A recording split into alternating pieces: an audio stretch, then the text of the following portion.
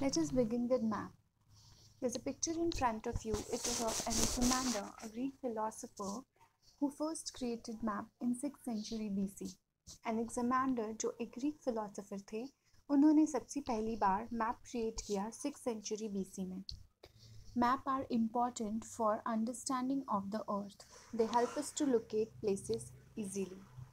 A map is a drawing of the earth's surface or a part of it on a flat surface. जैसे हम अर्थ की detail spherical shape में globe में देखते हैं, वैसे ही जब हम अर्थ की डिटेल एक फ्लैट सरफेस में देखते हैं, वो मैप होता है. मैप में हम छोटी से छोटी डिटेल का पता लगा सकते हैं, जैसे कोई स्टेट या विलेज या सिटी या फिर टाउन की लोकेशन का.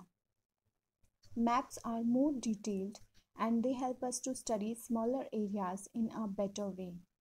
मैप में हम ज़्यादा डिटेल में किसी भी एरिया के या किसी भी लोकेशन के बारे में जान सकते हैं.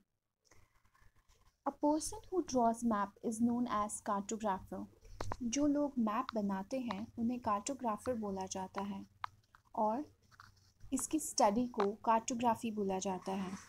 जैसे पास्ट की स्टडी को हिस्ट्री बोला जाता है, same way. So, a study of map is called cartography and a person who draws map is known as cartographer. An atlas is a collection of maps.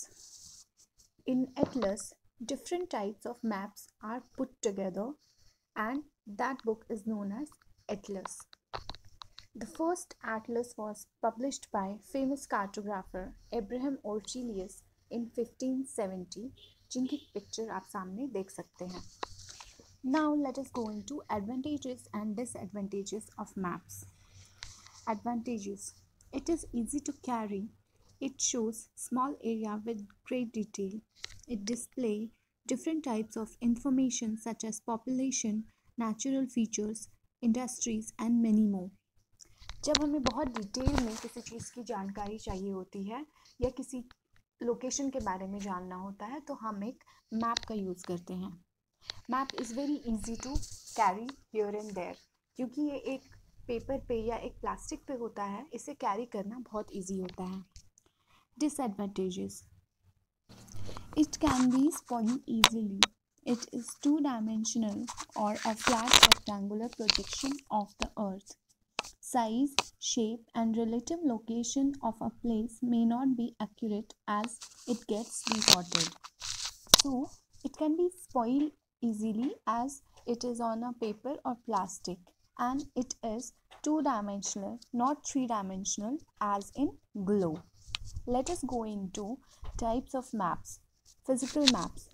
These maps show natural features of Earth. ये map physical features बताती हैं, जैसे mountains, reverse etcetera. ये सारे अर्थ पे naturally available हैं और man made नहीं होते हैं, जिनको किसी भी इंसान ने नहीं बनाया.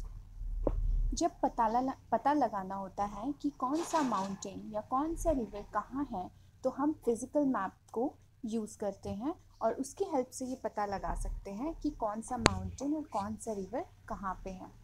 Next one is political maps. It shows city, towns, village and different countries and states.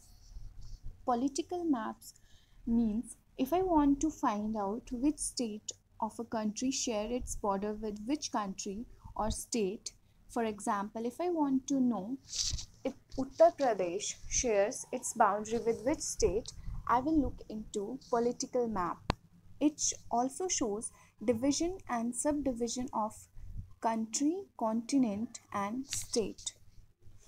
Next one is thematic map. It focuses on specific information such as road maps, rainfall and distribution of natural vegetation, industries, minerals and many more. ये map एक particular theme या topic पर based होते हैं.